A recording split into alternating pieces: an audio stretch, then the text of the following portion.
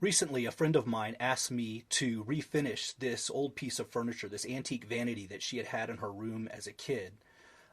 It's not something I had ever done before, but I really had to admire her attachment to the piece. The whole thing was covered in veneer that was coming apart, and so I had to remove all of that to prepare it to be refinished. So much veneer.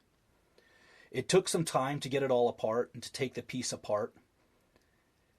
But once that was done, I had to use a two-part Bondo to help fill in some larger gouges. But first, a word from our sponsor. Are you tired of taking forever to do ordinary daily things? Me too. Introducing Bondo!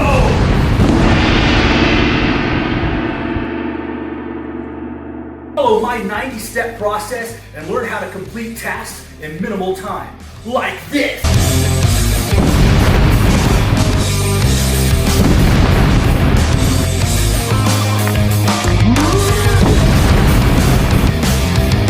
Show no fear! Show no fear!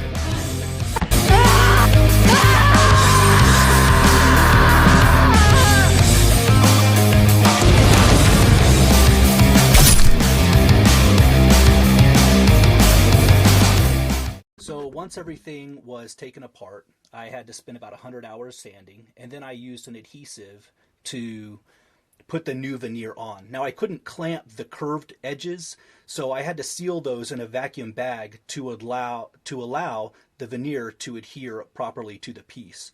Once I was done, I reassembled it. I finished it with a walnut stain and an amber shellac, and I think it turned out pretty good.